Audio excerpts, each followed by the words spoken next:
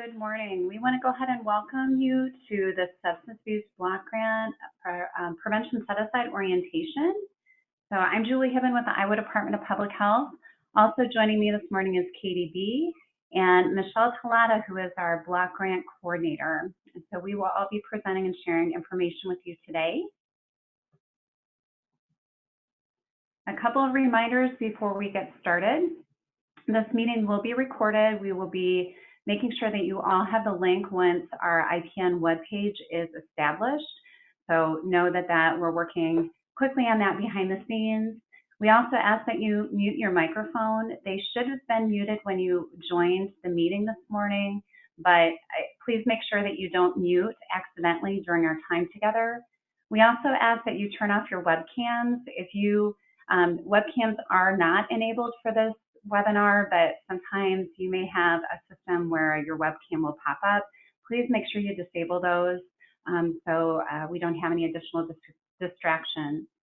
We also just want to make sure that if you do have any questions during our time together, that you include those in the chat feature. So please just type those in. We will make sure that we address all questions at the end of our time together today. So we're going to be just reviewing a couple of different components that we think are really important for you to understand when it comes to this specific block grant funding. We're going to give just a brief overview of the IPN project. We're going to talk specifically about block grant funding, the IPN structure, a little bit about prevention agencies and services, foundations of prevention related to this funding stream, evidence-based prevention services, and then we will discuss any questions. So I'm going to go ahead and turn it over to Michelle Talata, and she's going to present an overview on the block grant. Okay. Good morning, everyone. This is Michelle. Hope everyone is doing well. And I hope that after today, you learn a few more things that maybe you didn't know about the block grant. I just want to give, as some of you may have heard this when we had our IPN meeting on the 10th of January, but there may be some of you who were not able to join us at that meeting, and I always think anyway it's a good overview to start out by talking about how the block grant, what the history of it is, and what this means for you as a contract holder.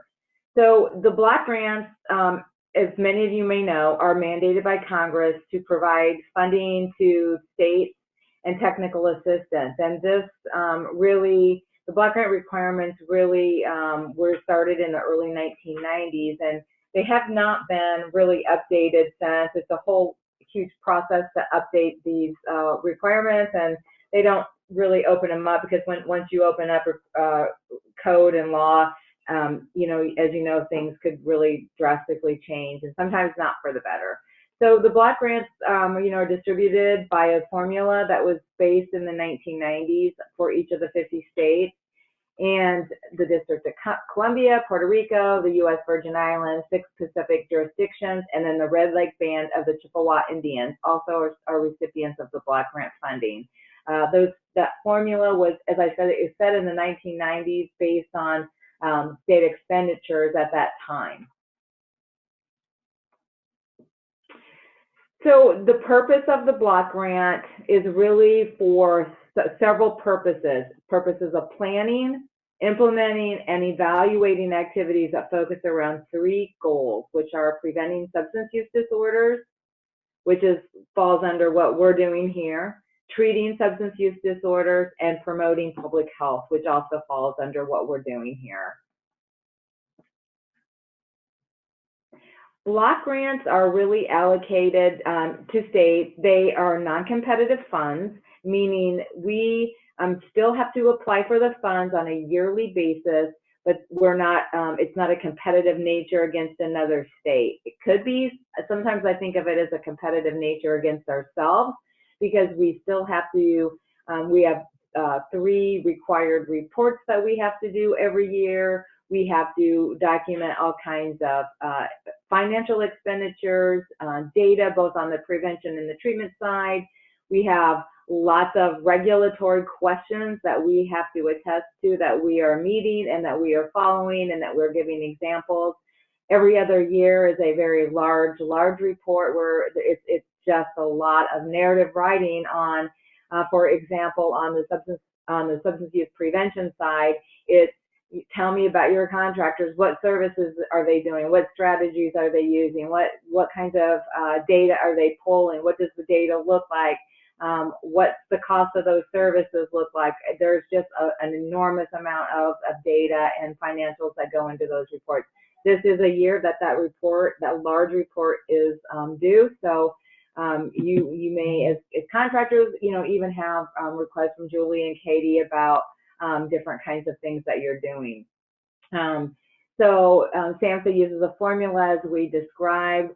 States establish their own base for allocating these funds to intermediary agencies and organizations. So that means there are certain allocations that must be met, but the states are given some flexibility in meeting those kinds of strategies and that funding level.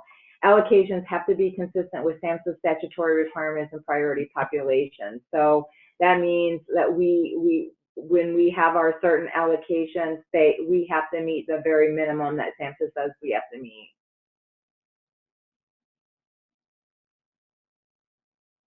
So part of the allocation or part of the block grant requirements is under the SINAR regulation. And some of you may be familiar with this and some may not.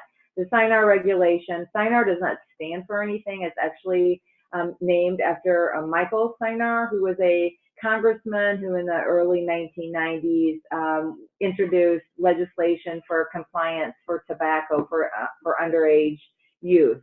And it was made part of the block grant regulations. Plays a very big key role in substance abuse prevention, as you all know, because what part of the substance abuse block grant regulation says is that each state must have a law in effect prohibiting any manufacturer, retailer, or distributor of tobacco products from selling or distributing such products to any individual under 18.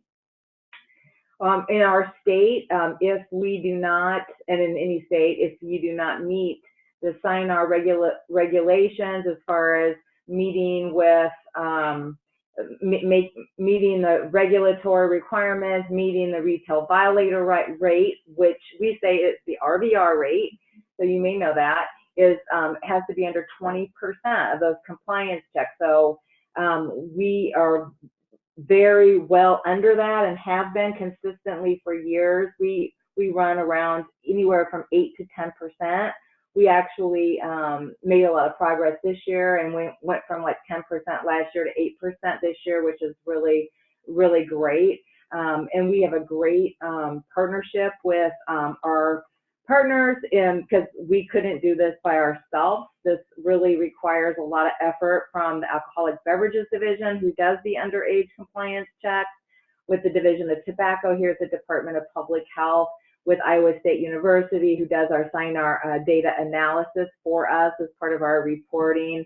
Our Attorney General's office does quite a bit, and our county clerks who submit these compliance regulation or compliance checks to us. So there's a lot of state departments that are working to really make sure that youth are not buying tobacco.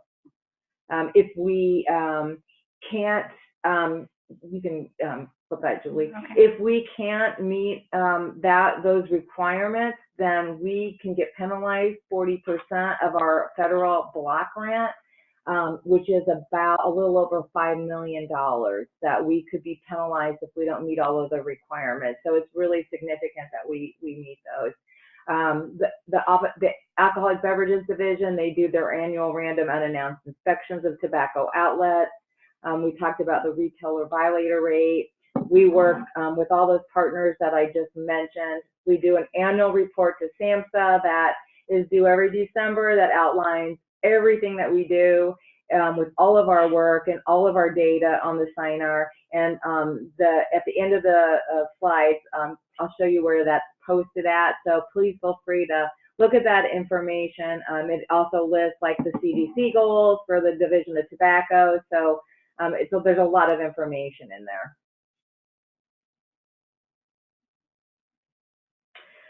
So under the primary prevention set aside under the block grant, this is one of those statutory requirements. The block grant set aside is 20%. So 20% of its annual expenditures have to be spent on primary prevention related activities. We get a little over 13 million in our federal block grant. We have a little over 3 million for the prevention set aside. And I always say, every state does this very differently. Some states, you have to spend 20. We're right around anywhere between 20 to 23%. 23% of our block grant each year. Each state is different. And I always say every state is every state, and one state is not the same as another state. There are many factors of how that formula is set up, and many times you look at things such as like, what does Medicaid pay for in your state? What does the block grant pay for in your state? What do third-party insurers pay for in your state? What do other state departments pay for? So it's really looking at all of those factors of how you came up with that formula.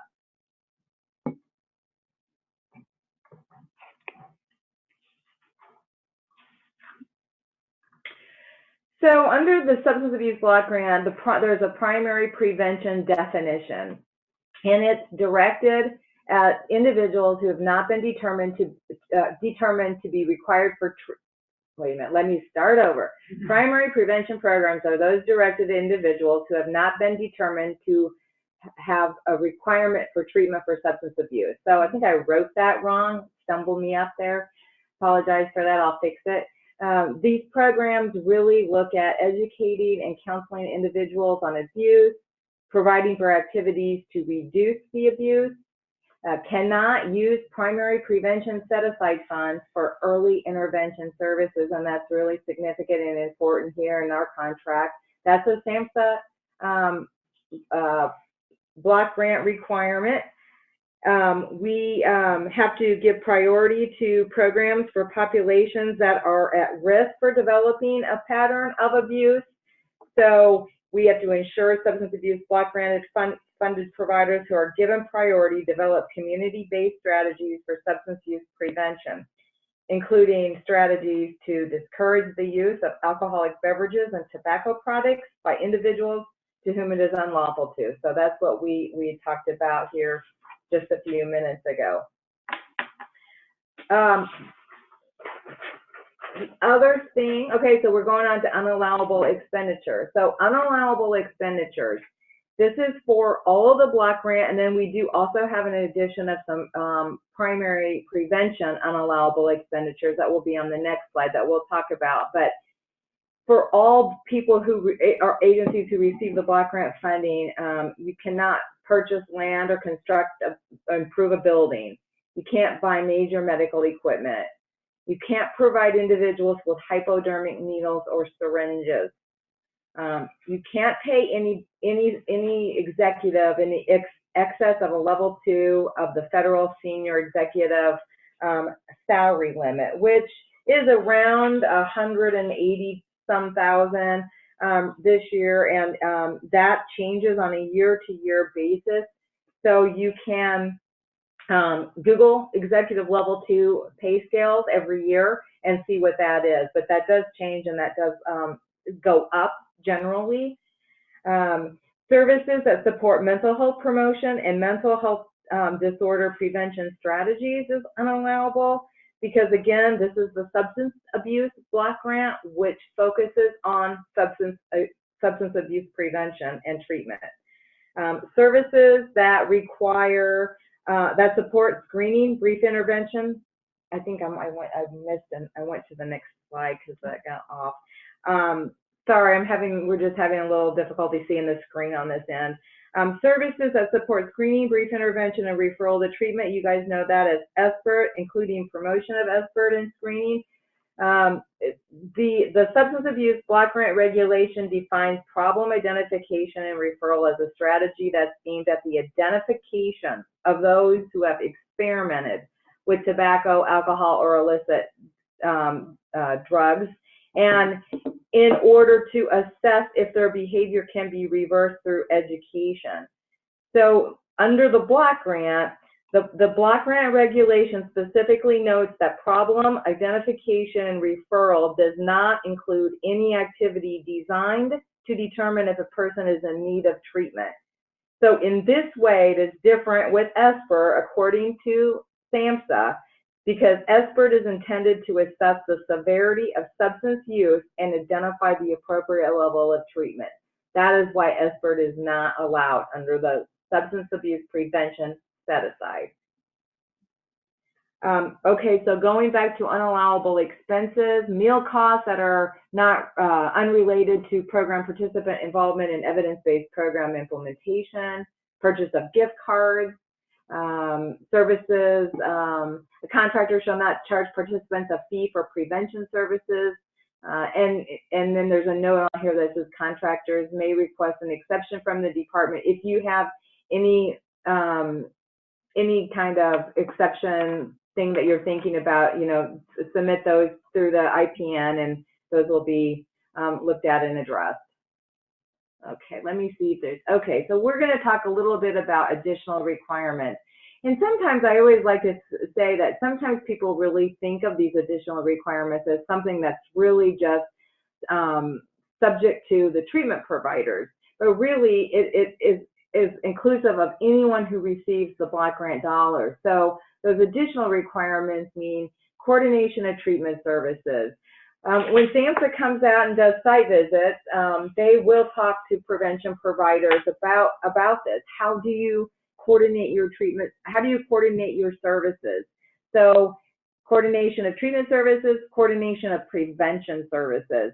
How do you coordinate it with other folks like education, criminal, CJJP, other employment services, other school-based services, medical personnel? How do you do that? Do you have MOUs in place with these providers that have specific roles and responsibilities laid out? I know when SAMHSA came for the site visit, they asked for provider MOUs with these other facilities and agencies, just laying out what is your specific role as a prevention specialist. Confidentiality is another additional requirement. So SAMHSA requires that policies be put in place to protect client records from inappropriate disclosures, and that includes employee education annually, that you have a policy in place that provides for employee disciplinary action upon inappropriate disclosure of client information, and that there's written documentation of its compliance. So, for example, when, on a yearly basis, your agency should have annual 42 CFR and HIPAA confidentiality training, and you should log your name into a chart that says that you attended that training. And then when SAMHSA comes to visit us, we can get a list from you and show that every year your staff have had training on confidentiality. Okay, shall I turn it? Okay. Oh, okay. So can primary prevention set aside be used to fund mental health promotion or mental disorder prevention strategies? We talked about this a little bit briefly. It says it must be used to fund activities to prevent substance abuse. SAMHSA does encourage strategies that address shared risk and protective factors, and, so the capital and, specific to SUD prevention.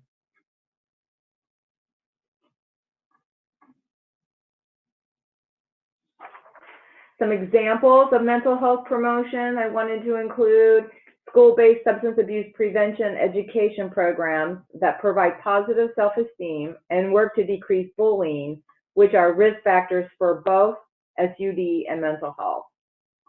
Number 2 example, parenting and family management classes that increase the ability of parents to bond with children and discipline, which are protective factors common to both SUD and mental health.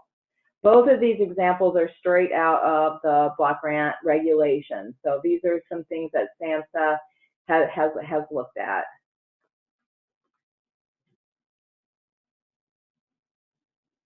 Do states have to spend funding in all 6 prevention strategies? Yes. The substance abuse block grant regulation requires states to use the set aside to fund a comprehensive prevention program. So that word comprehensive means they do expect us to have a very comprehensive program looking at all 6 prevention strategies and not just focusing on one specific strategy or one specific service where you may just maybe say you're just going into a school. The agency should be comprehensive in its approach to prevention of substance use. Okay, so public comment, website, and contact. So the block grant and the SINAR reports are posted at that website. We, every time we have a comment period, which is annually, and it's always before we start writing the block grant applications in October.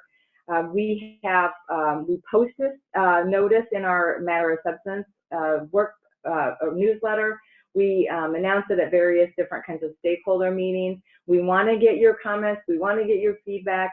That is required of the block grant application I submit. So when there's a whole section on comments. And so when I get those comments, I literally will paste them in this document. So SAMHSA has an opportunity to review your comments, and we really would appreciate you doing that. And I can tell you that they look at them and review them, because when they came for our last site visit in September of 17, they several times would spit back some of the comments that the providers wrote, which I think is just great and phenomenal. So please take your time to look at those reports and to give us your comments. I think is that it? Okay. All right, so we're going to talk a little bit about the IPN structure, and this has all been infused in some of the other IPN prevention webinars that we have provided over the last few weeks, but kind of looping back to what Michelle was talking about specific to the 6 prevention strategies and kind of the IPN RFP expectations. So agencies are expected to make sure that all Center for Substance Abuse Prevention strategies are included in their prevention work plan, and they're provided within the service area in which the contractor was awarded.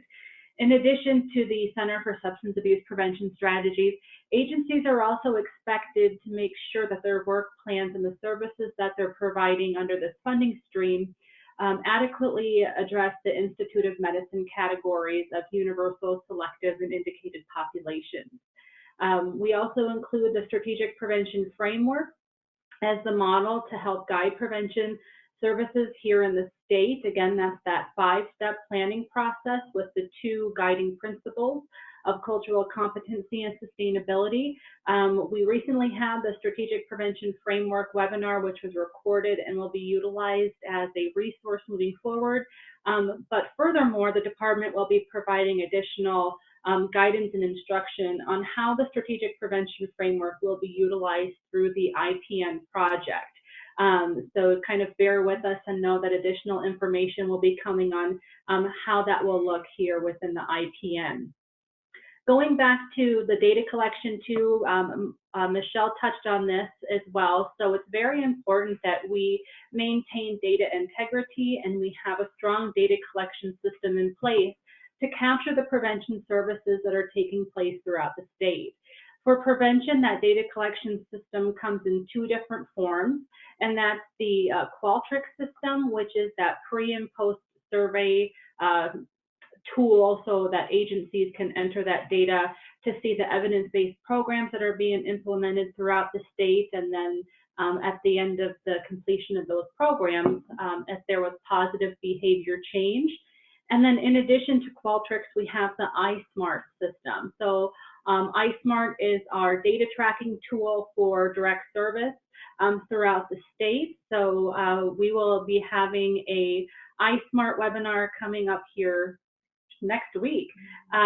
So there'll be additional information on that as well, but wanting to make sure that that's really an important component of prevention services here in the state, because that last bullet talks about reporting to SAMHSA. So we're making sure that all of those previous 4 bullets that were addressed are all being taken into account and infused within a work plan. And then again, that data is being entered in accordance with IDPH guidelines so that we have that strong report to SAMHSA to show the good services that are taking place throughout the state. We also want to talk about a service area map for prevention. Because this is a new project, one of the things that we're working on behind the scenes is developing a kind of a visual map that we'll be sharing with providers here probably in the coming weeks, so that we have a clear picture of who's providing prevention services for both substance abuse as well as problem gambling, and that will also showcase both contractors and subcontracted services.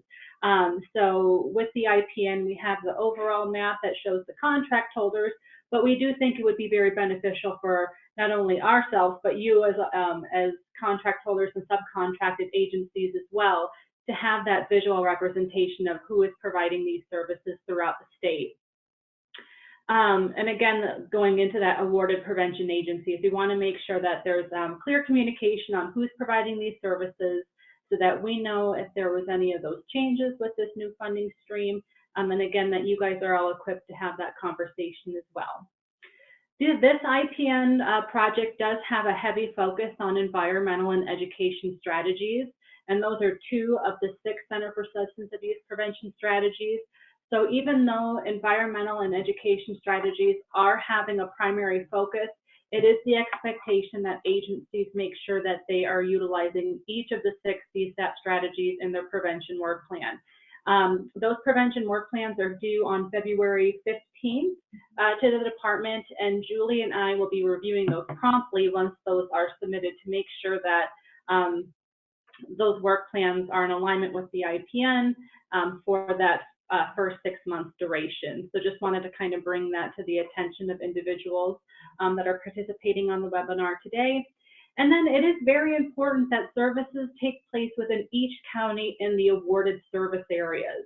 We want to make sure that all Iowans are receiving effective prevention services and that those services are being taken to them. So making sure that when your agency is looking at what a work plan could look like, that you're also having those conversations to make sure that each county is getting adequate services through this funding stream.